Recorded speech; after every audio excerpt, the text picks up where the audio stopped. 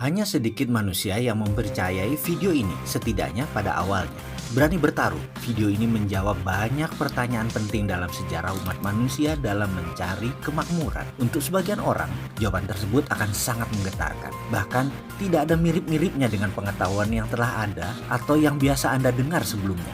Video ini akan mengubah pandangan dan pemahaman Anda yang selama ini Anda dapatkan tentang materi dan kemakmuran. Saat ini, banyak dari kita yang sedang mengalami krisis kemakmuran, krisis kepercayaan, dan tertekan masalah ekonomi. Namun, jika dirunut lebih dalam lagi, semua itu terjadi karena pemahaman akan materialisme yang selama ini dipegang umat manusia bertolak belakang satu dengan yang lainnya. Tapi sesungguhnya, bisakah krisis keuangan dan kesulitan ekonomi itu dihentikan? Saya tahu bahwa Anda juga tahu bahwa jawabannya adalah bisa. Yang menjadi pertanyaan adalah apakah Anda tahu apa yang sebenarnya Anda inginkan? Tontonlah video ini lebih dari sekali. Saya juga mengajak Anda menonton dari awal hingga akhir. Kemudian mengulangnya per bagian. Kemudian buatlah catatan-catatan kecil di beberapa bagian. Ujilah, kebenaran yang sejati adalah kebenaran yang teruji, bukan? Saksikan video ini dengan santai, kemudian ulangi lagi. Anggap saya ada di samping Anda sebagai sahabat yang menemani Anda dan berbagi rahasia kecil kepada Anda. Tontonlah video ini dengan hati, tapi pastikan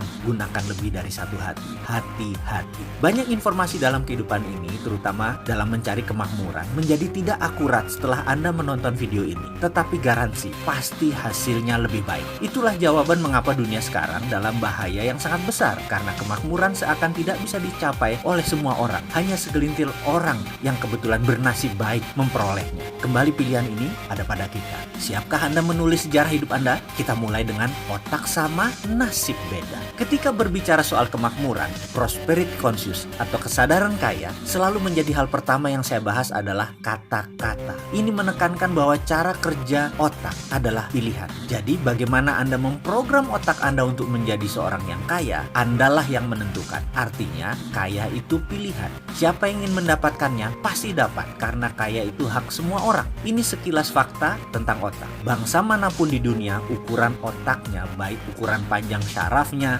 jumlah pengantar kimianya dalam otak, maupun sensornya, semuanya sama. Kecepatan kemampuan berpikir yang oleh sebagian orang disebut IQ juga tidak berbeda jauh. Intinya kemampuan menyimpan datanya juga sama. Jika manusia diibaratkan komputer, anggap saja otak itu hardware dan semuanya sama. Lalu di mana bedanya? Mengapa yang satu lebih sehat dari yang lain? Mengapa yang satu mudah tertawa, yang lain selalu sengsara? Mengapa yang satu mudah mendapat jodoh, yang lain selalu sendiri? Mengapa yang satu lebih cepat mendapatkan uang, yang lain tetap saja miskin? Ada sebuah fakta, jika saya menyebutkan 375 nama orang, kemudian harta tersebut dari mereka digabungkan semua, nilainya sama dengan kekayaan 3 miliar manusia. Ya, 375 orang, kekayaan sama dengan kekayaan 3 miliar manusia. Di antaranya kita sebut Bill Gates, Donald Trump, Warren Buffett, Laxmi Mittal, Paul Allen, Mark Cuban, Jeff Bezos, Rupert Murdoch, dan saya bisa melanjutkan sampai 375 orang. Orang-orang seperti mereka ini memiliki jumlah kekayaan sama dengan 3 miliar manusia digabungkan. Jadi kesimpulan, otak sama, nasibnya beda. Nasib, ini batu sandungan pertama. Ada sebuah sistem pada manusia yang namanya belief system atau sistem keyakinan. Ini ditanam di subconscious atau di pikiran bawah sadar seseorang. Jika sudah ditanam di posisi ini, untuk mengubahnya perlu teknik khusus. Kalau menggunakan cara biasa tidak akan pernah berubah. Misalnya kebiasaan merokok. Maaf ya, saya mengambil contoh merokok karena mudah dipahami. Saya tidak merokok, tapi saya bukan anti orang perokok. Prinsip saya merokok itu baik, tidak merokok itu lebih baik. Itu hanya sebuah pemahaman dan pengambilan posisi dalam melihat sesuatu. Kembali ke merokok sebagai contoh. Dalam iklan televisi dikatakan secara vulgar, merokok bisa menyebabkan kanker, gagal janin, penyakit paru-paru, dan lain sebagainya. Apakah dibaca oleh setiap perokok? Ya, namun apakah mereka lantas berhenti merokok karena takut akan peringatan tersebut? Tidak juga. Mengapa? Itulah kerja otak. Otak conscious yang menguasai informasi pengetahuan hanya menguasai 12% dari sebuah tindakan. Subconscious, bawah sadarnya 88%. Informasi tadi hanya menempel di conscious, tidak menjadi gerak karena dalam database otak, subconscious menyatakan merokok itu nikmat. Jadi, itulah yang terus dilakukan olehnya, merokok.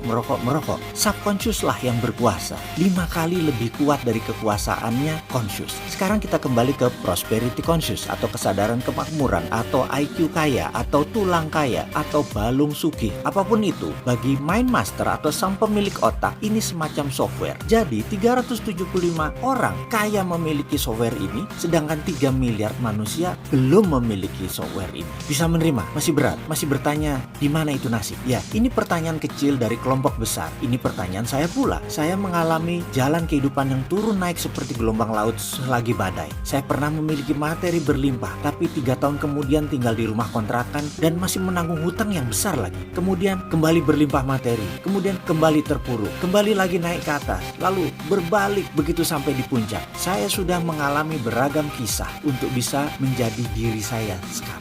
Ketika itu saya banyak mempertanyakan nasib dan urusan jalan hidup. Hingga akhirnya saya memutuskan untuk belajar dan mencari kemanapun untuk mendapatkan jawaban pertanyaan saya yang terbesar. Nasib itu pemberian Tuhan atau buatan manusia? Itu pertanyaan saya. Saya tidak kaget jika pertanyaan itu membuat Anda memutuskan berhenti menonton video ini hingga di chapter ini. Karena belief system Anda menyatakan rezeki sudah ada yang mengatur. Sementara kalau diteruskan ternyata rezeki itu manusia yang mengatur. Yang selama ini kita kenal dan melaksanakan sesuai sistem Tuhan. Ini sungguh menyesakkan, bukan? Tapi kalau itu kebenaran yang terjadi, bagaimana? Izinkan kosongkan gelas Anda. Ke depan akan ada banyak hal yang menyesakkan dada Anda. Saya tetap akan melanjutkan kisah dalam video berikutnya untuk Anda sahabat semua. Karena saya tahu sekali, fakta bisa merubah kebenaran. Ya, kebenaran Anda akan ditantang ke batas ujung dengan fakta-fakta yang akan saya berikan. Beranikah Anda meneruskan video selanjutnya?